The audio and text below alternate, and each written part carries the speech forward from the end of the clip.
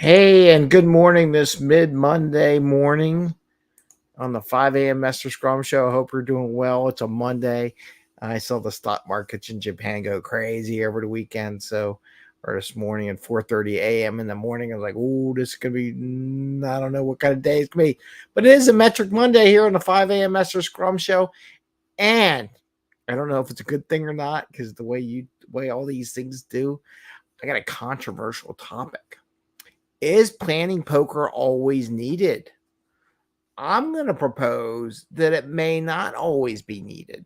And this is the discussion. I'll welcome comments, thoughts, questions, how it is. I might dive into a couple controversial issues. Some people just don't like pointing all together. So that's another one. Should the whole team be involved? I don't know. So let's talk about that a little bit today on the show. In this 5 a.m. Mester Scrum Show, I am Greg Mester, Scrum Master and Agile Coach. And here we talk about Scrum and Agile in a very practical and tactical way.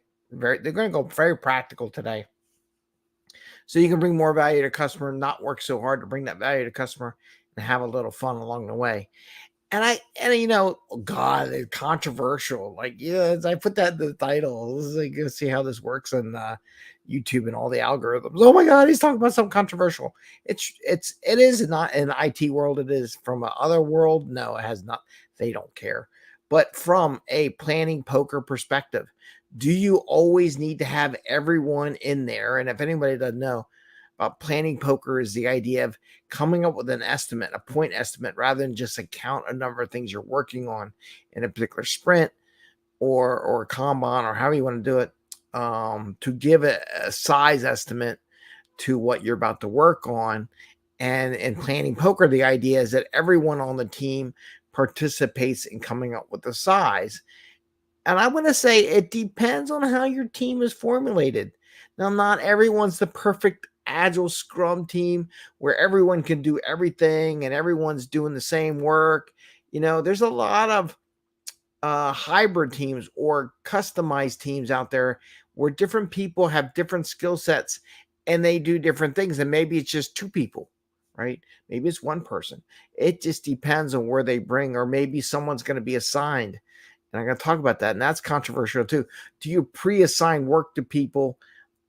We're not really going to get into pre-assign or non-pre-assign, but it does impact whether or not planning poker makes sense. Now, where planning poker makes the most sense. If work is not pre-assigned, if work is not assigned to a particular person because of what their skill sets are, planning poker makes perfect sense. It makes sense because now you get everyone kind of look at what's going on. I go into a more benefit of planning poker, why I do it. Maybe on the next session, we'll talk about planning poker, why I think it's important, why I think it's helpful from an agile coach perspective, right? What we're talking about here is, do I need to have the whole team involved and give an estimate for points for a particular piece of work? I'm going to say no. You don't always have to. Is it preferred? Is it better? In some cases, I say definitely yes, it's better. More real wrong, like I said, if the work is not pre-assigned, if anybody can grab stuff off the backlog in the sprint backlog or whatever the immediate backlog you're using, then planning poker is really helpful in giving an idea. And there are benefits of planning poker, like discussing what the work is and get everyone on the team to understand what's going on. Now, where you don't need planning poker, however, there could be a miniature version of planning poker. Should the planning poker just be, because here's another thing. Some teams have a dev and a tester, right? They just do. It's just the nature of the beast. It's still there. They don't all have, everyone can develop and everyone can test. That's the ideal condition. But sometimes you have some QA specialists that just really, really good at QA and they do their thing. And you have people that are really good in dev and they do their thing. So sometimes that formulates in teams. Now, where you don't need to do planning poker. Here's where you don't need to do planning poker necessarily. Now, would it be good to get there? Yes.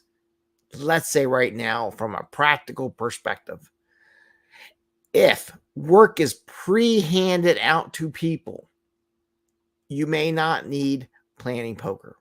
What you may need is if you have a dev and a QA pairing thing, they may need to talk about it. Like if it's a smaller subset of group people doing development QA, or maybe it's development, you may get some feedback on it between a QA and a dev. What should be the points for a particular story? You may not need planning poker, because if no one else is going to see it, then they may not need to do it. Now, there's benefits of everyone seeing it. You can see how other people estimate. You can, if you're doing a group thing, it gives you information on what the point is, so everyone kind of see how other people are pointing and why, so they can grow in their growth pattern for pointing stories. Why did you say that? What made you pick that? And they may adjust their way of pointing based on what they heard other people say, why they think it's more complex or not, and that may affect the way they point their own stories. However, when you first start out, or in the process, as you mature, when everyone hears how they point, you may not need to do planning poker every time, because there's enough information on the team. And this is controversial, what I'm saying, that not everyone needs to give the estimate. Now, I don't think a manager or a lead tech person should give an estimate to work that other people are going to do. I think the people that are working on it should provide the estimate, and maybe some thought process behind their estimate. But I don't think that leads or managers or people disassociated with actually doing the work should provide the estimate.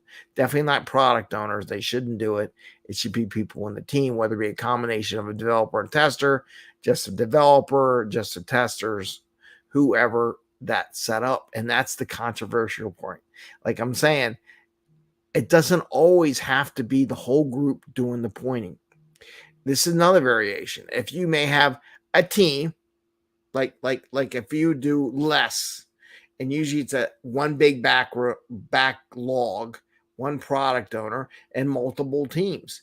Now you can apply the same idea to Scrum. They have a Scrum. They do less of Scrum. There's a time box. There's more than one team working on the same thing. And some of my Scrum teams, I had a team A and a team B. Now I don't necessarily need both teams to point. However, if I'm going to be in the habit of moving some work from team A into team B and some work from team B into team A, then the planning poker with everyone in the room makes more sense. However, if I'm going to have a small team, maybe there's two devs or one dev or one tester, and one dev and one tester, you don't necessarily need to do planning poker. Now, should they talk to each other? Yes, they should. But I've been in cases where maybe just the developer just points it out, and part of that team might say, well, why'd you do that? Why'd you pick? Maybe they picked a point and they may say, well, it kind of seems like more work than that. I think we should bump it up to a next level, because I'm going to have so many variations in how I test it. So let's bump it up to next level and points. And that's perfectly fine.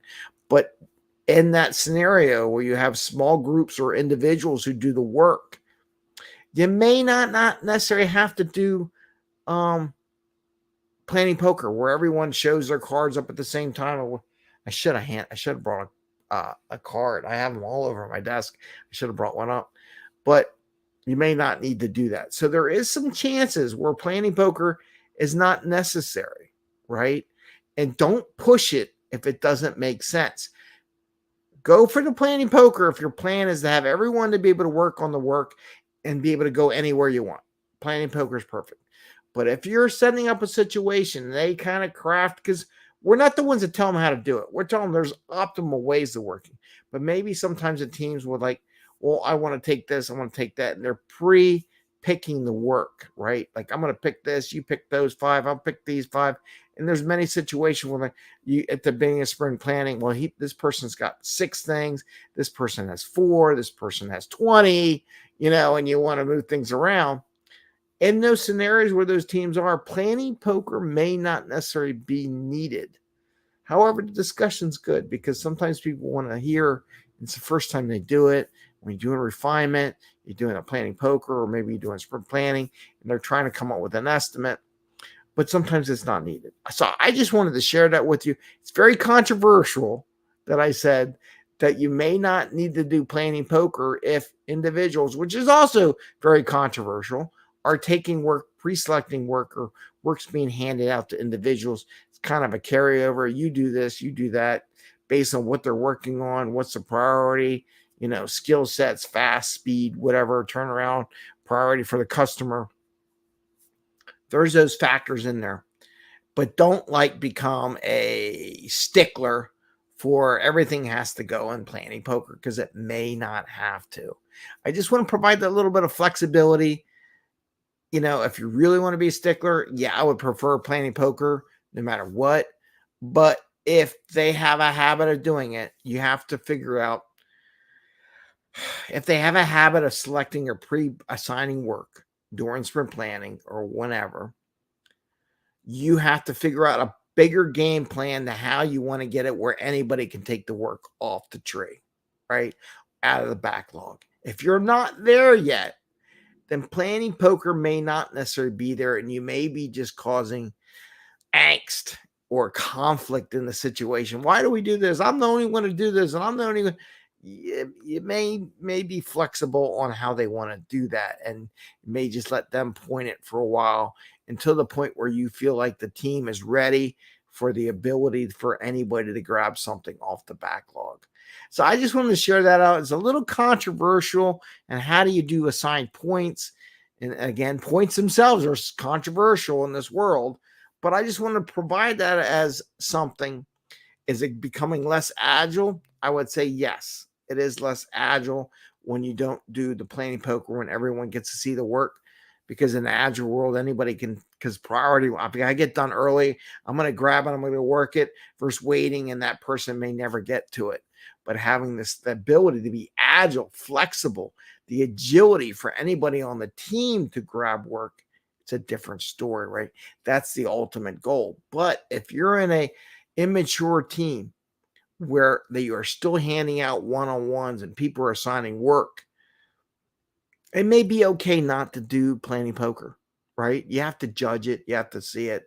But I wanted to share that with you because I know it tugs at the heartstrings of real agile people and scrum masters and people that really want to have the agility. It does happen, but I'm going to say don't force it if it's not necessarily there. Think more broader, long-term planning.